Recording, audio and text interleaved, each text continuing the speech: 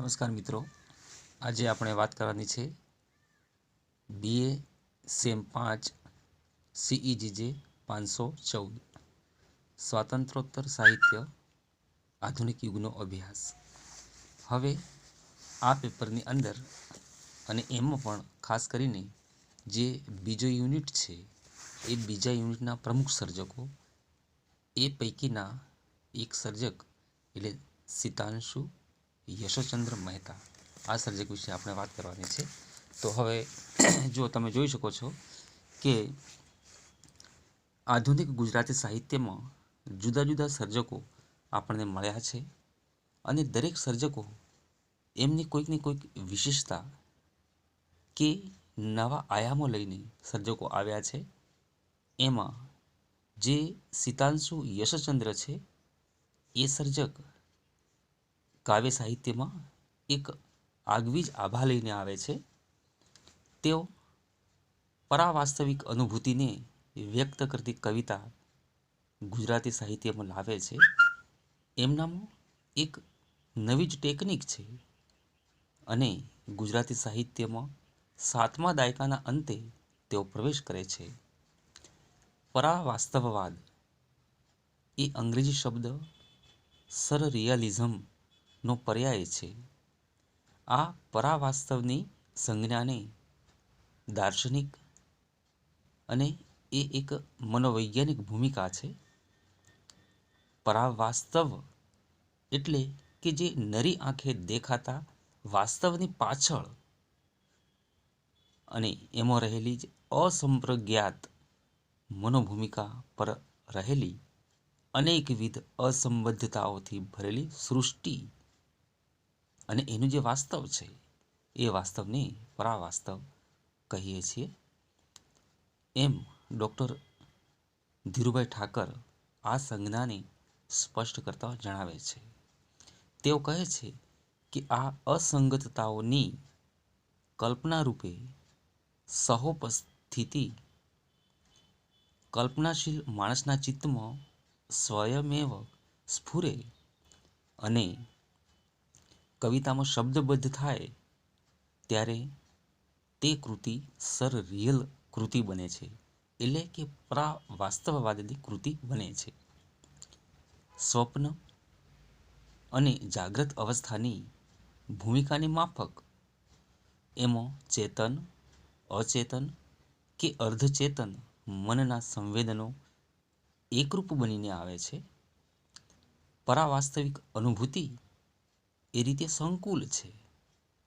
એમાં સ્વયં સંચાલિત લય અને કલ્પન યોજાય છે, પરંતુ કવિકર્મ એમાં સભાનપણે પ્રવર્તે છે. તો આ વાત અર્વાચીન ગુજરાતી સાહિત્યની વિકાસ રેખા એની અંદર ધીરુભાઈ ઠાકર કરે છે. હવે પરાવાસ્તવવાદના પુરસ્કર્તા ફ્રેન્ચ કવિ આંદ્રે બ્રેતો હતા. અસંપ્રજ્ઞાત મનની અનુભૂતિને શબ્દબદ્ધ કરવા તેઓ કંઈક અનાવશ્યક લાગતા શબ્દ સમૂહો કોઈ પણ પ્રકારના સભાન સંકલ્પ વગર મનમાંથી ધસી આવે છે. કવિની સર્જન પ્રક્રિયામાં આ રૂઢ શૈલી થકી ભાવ વિશ્વ આકાર લેતું હોય છે. ભાષા સાથે પ્રયોગશીલતાનો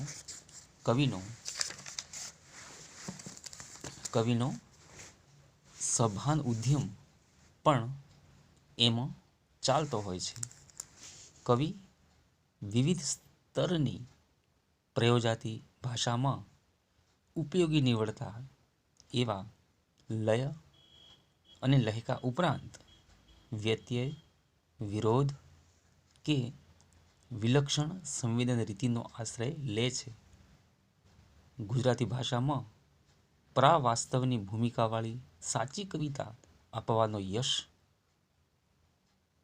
સિતાંશુ યશચંદ્રને ફાળે જાય છે.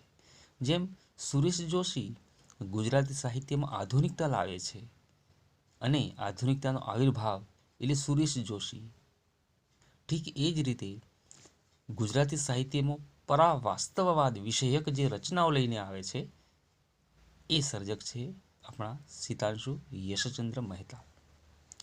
ડૉક્ટર સુમન શાહ નોંધે છે કે એની લાક્ષણિક રચના પદ્ધતિએ આ સરરિયલ કવિતા ભલે ન લખાઈ હોય, કર્તાની એવી સભાનતા જ ક્વચિત કાવ્ય પુરુષાર્થનું મોટું નડતર બની હોય, અને આમ છતાં આપણી કવિતાને નિગૂઢ ચૈતસિક વાસ્તવની અંતઃસૃષ્ટિમાં દોરી જનારી એની ગતિવિધિઓમાં નવોન્મેષની અવિસ્મરણીય મુદ્રા પ્રગટે છે. સાહિત્યમાં આધુનિકતા પૃષ્ઠ 21 આ વાત થઈ છે. એમના પ્રથમ કાવ્ય સંગ્રહ એટલે કે સિતાંશુ યશચંદ્રનો જે પ્રથમ કાવ્ય સંગ્રહ છે કે ઓડિસ્યુસનું હલેસું, એમાં કેટલીય રચનાઓ સરરિયલ શૈલી પ્રગટ કરતી આપણને જોવા મળે છે. તેમની સરરિયલ શૈલીએ ગુજરાતી કવિતાને એક નવી દિશા અને નવી દ્રષ્ટિ આપી છે. તેમની કવિતામાંથી એક બે ઉદાહરણો જોઈએ તો હવે નંબર 1, ખરી પછાડી પૂછ ઉછાળી દોડ્યા, કાળા ડમર ઘોડા ધોળે ખડકાળે રથ જોડ્યા. એક મૃત્યુ, એક સરરિયલ અનુભવ, આ કાવ્યની આ પંક્તિ છે. હવે આ આરંભની પંક્તિઓ છે. એ કાવ્યની અંતિમ પંક્તિઓ આ પ્રમાણે છે. જેમ કે ખરી પછાડી પૂછ ઉછાળી દોડ્યા, ડમર ધોળા ઘોડા કાળે ખડકાળે રથ જોડ્યા. એ પણ મૃત્યુ, એક સરરિયલ અનુભવ, એની અંતિમ પંક્તિઓ છે. તો આ કાવ્યનું શીર્ષક છે મૃત્યુ, એક સરરિયલ અનુભવ. મૃત્યુના આગમનની અનુભૂતિ, એનું સંકુલ દર્શન. એ અનુભૂતિને પામવા ભાષાનો ચોક્કસ પ્રકારનો પ્રપંચ એટલે કે એની ડિઝાઇન અહીં ઊભી કરવામાં આવી છે. ભાષામાં શબ્દની ભેળસેળ, મૃત્યુનો પરિવેશ પણ તીવ્ર અનુભૂતિવાળો છે. કવિએ અન્ય કેટલાય કાવ્યોમાં ભાષાની આવી પ્રયુક્તિઓ યોજી છે. એમાં ઉદાહરણ તરીકે શબ્દોનું, પંક્તિઓનું, કાવ્યખંડનું, એનું પુનરાવર્તન, તોડફોડ વગેરે દ્વારા શબ્દ સર્જન, ક્રિયાપદ, વિશેષણ અને સર્વનામો ઇત્યાદિની હારમાળા તેમાં જોવા મળશે. મનુહુ, યમ અને જળ એક સરરિયલ પુરાણ કથા. મોહેન્જો દડો એક સરરિયલ અકસ્માત. ઓડિસિયુસનું હલેસું હો ચી મિહ્ન માટે એક ગુજરાતી કવિતા, એક સરરિયલ સફર અને જટાયુ જેવી કૃતિઓ એમણે આપી છે. જટાયુ એ સિતાંશુ યશચંદ્રનો ખૂબ જ જાણીતો કાવ્ય સંગ્રહ છે. તો આવી રચનાઓમાં એમનો આ પ્રકારે ભાષાની જે પ્રયોગશીલતા છે એ પ્રયોગશીલતા એમણે નિરૂપી છે. બાળકાવ્યનો લય, નાદનું આવર્તન, વર્ણ વ્યત્યય, ગદ્ય લય, એની છટા, વર્ણનો, અવનવા સંયોજનો વગેરે દ્વારા દાખવાતો નોંધપાત્ર પ્રયોગશીલ કાવ્યો એ એમની વિશેષતા છે. લાભશંકર ઠાકરનો લઘરા વિષયક કાવ્યોની જેમ કવિ સિતાંશુ પણ મગન કાવ્યો આપે છે. મગન નામે તેઓ હળવી શૈલીની રચનાઓ આપે છે, હળવી શૈલીના કાવ્યો આપે છે.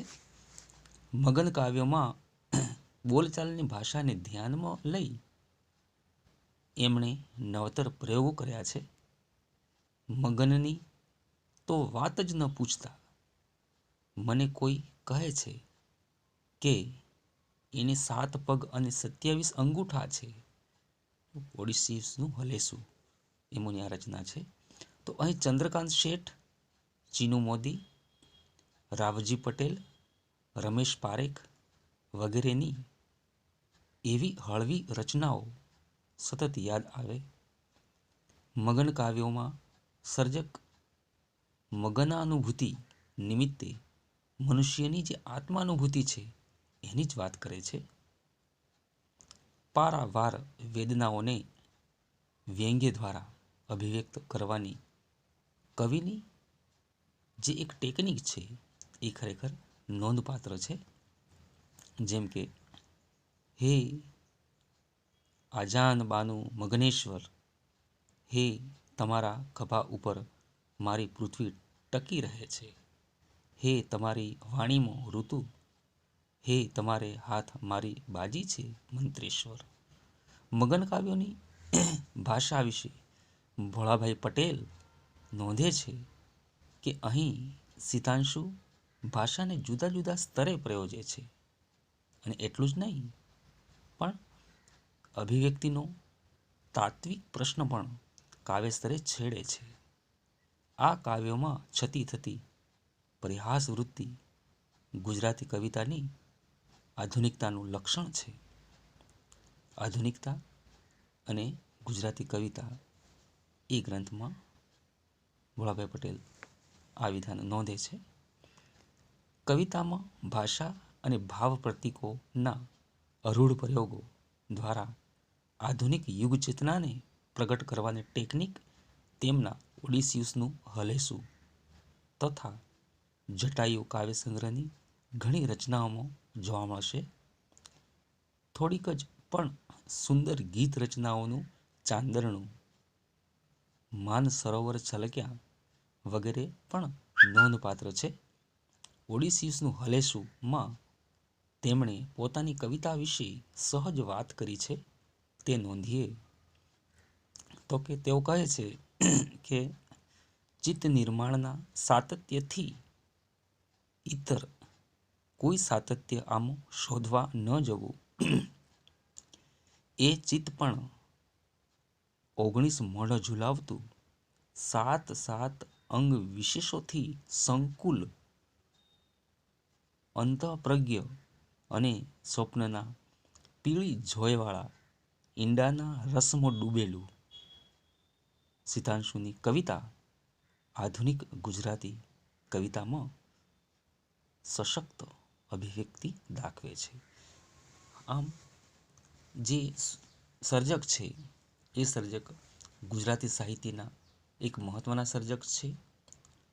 સિતાંશુ યશચંદ્ર સર રિયલ પ્રકારની જે કાવ્યરીતિ છે, એમની રચનાઓ છે, એ રચનાઓને કારણે તેઓ ખૂબ જાણીતા છે.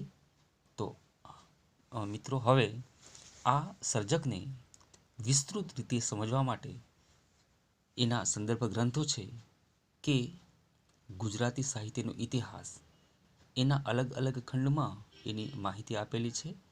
તો એ રેફરન્સ બુક વાંચવા આપ સૌને નમ્ર વિનંતી છે. તો આજના વિડીયોમાં આટલે સુધી વાત કરીએ. Okay, thank you very much.